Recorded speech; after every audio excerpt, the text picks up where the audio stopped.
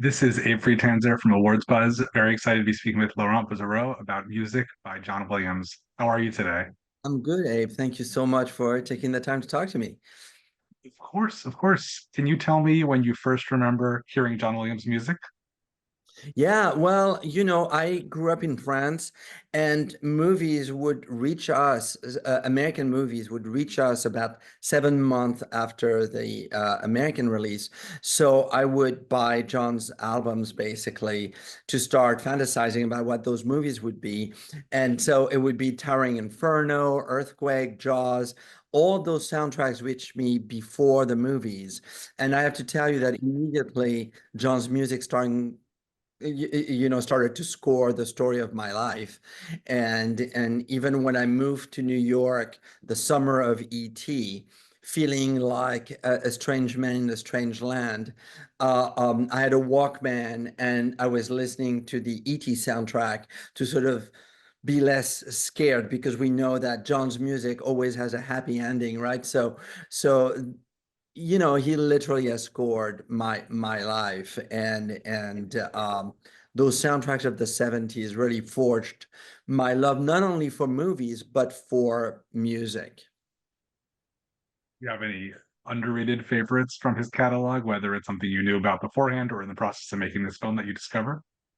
No, I mean, I know his music really well. There's some that are my favorites that are not often mentioned, like the Eiger Sanction, a Clint Eastwood film, or The Fury by Brian De Palma, or a movie called Black Sunday, I think has an incredible score. So particularly Eiger Sanction, there's a segment in it that's very jazz. It sort of speaks to John's jazz passion, and I was able to use it. Actually, at the last second, we were mixing the film, and we get a phone call from our licensing department saying there's a couple of cues we can't license for whatever reason. So I'm like, oh my God, let's sneak in some of that music I wasn't able to sneak in before. So that was great. I know you've done a lot of archival work, just looking at a lot of Steven Spielberg's films, etc. When did you first have the chance to meet John? I first met John 30 years ago. I was brought in by Amblin to do a retrospective feature-length documentary on 1941. Stephen had restored the film, added scenes, etc.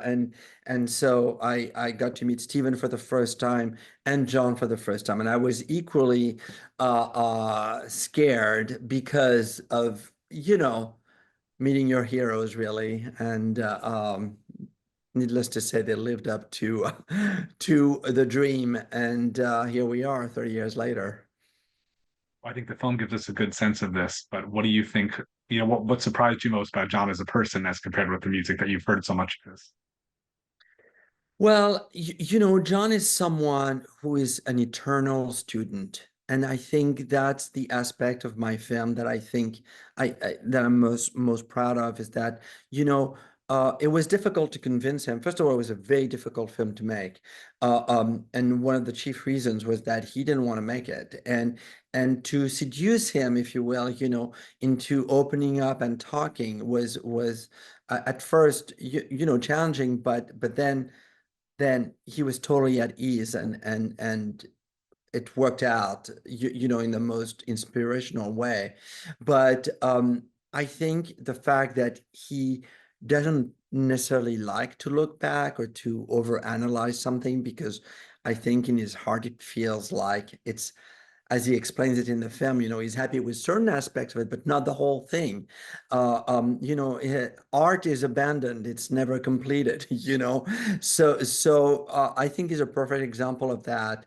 But I'm certainly glad that it worked out in the way that it did because he has a story that I think is so important. And when people ask me, who is your target audience? So obviously people who love movies, who love John Williams. But really, I think the target audience is not born yet.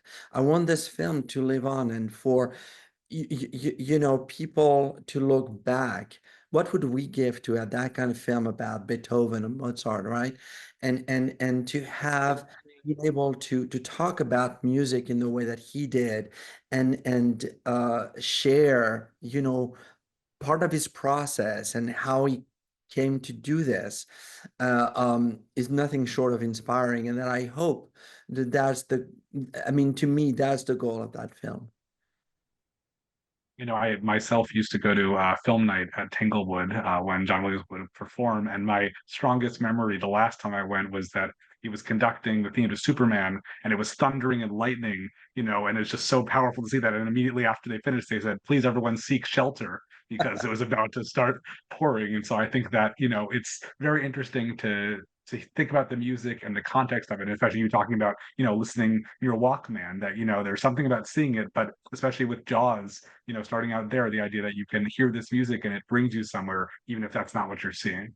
No, completely. And the thing that people forget is that those iconic scores, whether it's Jaws, where the shark wasn't working, Star Wars, where that universe had never been, well, we take it for granted that it's cool, but we'd never seen Chewbacca and things like that, and Superman, where the special effects weren't perfect, the music was the entry point into those worlds, and without the music or with a different type of scores, like let's say, something totally abstract for a science fiction movie like Star Wars would have potentially not worked. And Star Wars would have never been what it is. But that sort of approach, which is classical and yet novel, to music as a companion, as a thematic, and bringing pathos to characters that otherwise don't really exist, is truly remarkable. And he's done that, over and over. And I argue, that uh, who else has transcended generation after generation like he has? My generation was Jaws and Star Wars, and the next one was Jurassic, the next one was Harry Potter, and the next one is the new Star Wars. Who has had that sort of journey musically and cinematically? No one. Yeah, I think a very cool part of the film is hearing all these filmmakers, just express such reverence for him. Was there a lot of enthusiasm, people eager to participate in this film?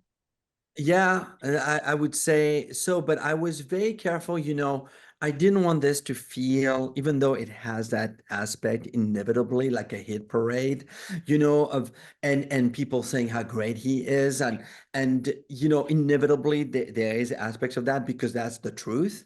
But I really wanted to connect storytelling to every single aspect of any which score we would be talking about, and so I hope I've accomplished that because I really wanted people to get a window into his process, even though, making a film, I realized about a composer is as hard as doing a documentary about a writer.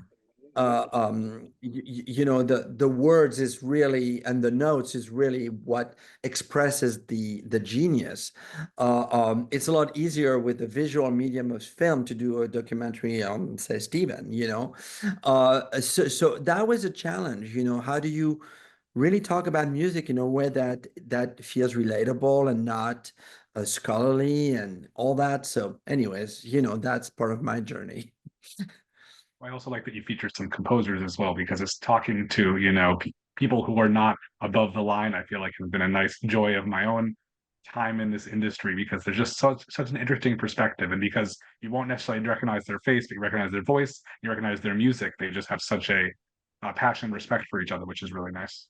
Yeah, and I think it humanizes, what we look at sometimes as just the result of great technique, and I'm very proud of the fact that I sort of was at the right time when this explosion of opportunities with home entertainment, starting with the laser discs. When I think about my very first laser discs, Jaws and most of the people that I interviewed are no longer with us.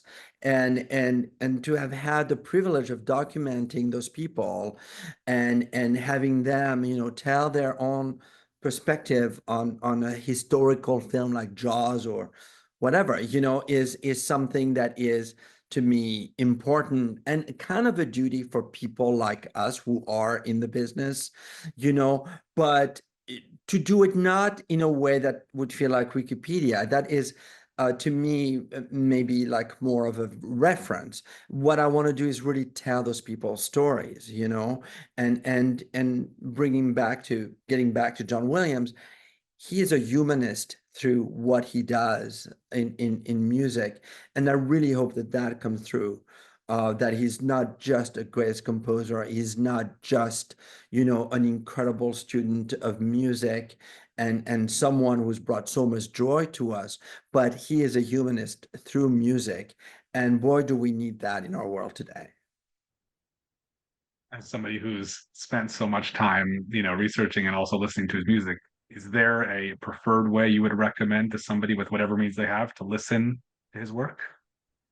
You know, uh, the thing that I've realized by really bathing in his music, while before I made the film, but more specifically during the film, I made playlists and all kinds of different ways to. I would wake up super early and say, okay, like today, what is it? The disaster films or whatever. I kind of realized that his music was really somewhat timeless, and so I would say that the 70s, because it was my discovery, is so rich. When you look just at Stevens' body of work, right, from let's say Sugarland Express, Jaws to E.T., you have the bottom of the ocean with Jaws musically, and you have the stars and beyond with E.T. and everything in between. That to me is not only a sign of this incredible director that Stephen is, but musically what John has accomplished. What's next for you? Well, I'm actually doing a film on Jaws right now for Nat Geo and Amblin, which is a really interesting. It's a feature doc on the legacy of Jaws, a really full of incredible surprises. So can't wait for you to see it. Wonderful. Well, I wish you plenty of luck with that. Thank you so much for speaking with me today. Really, but really appreciate it.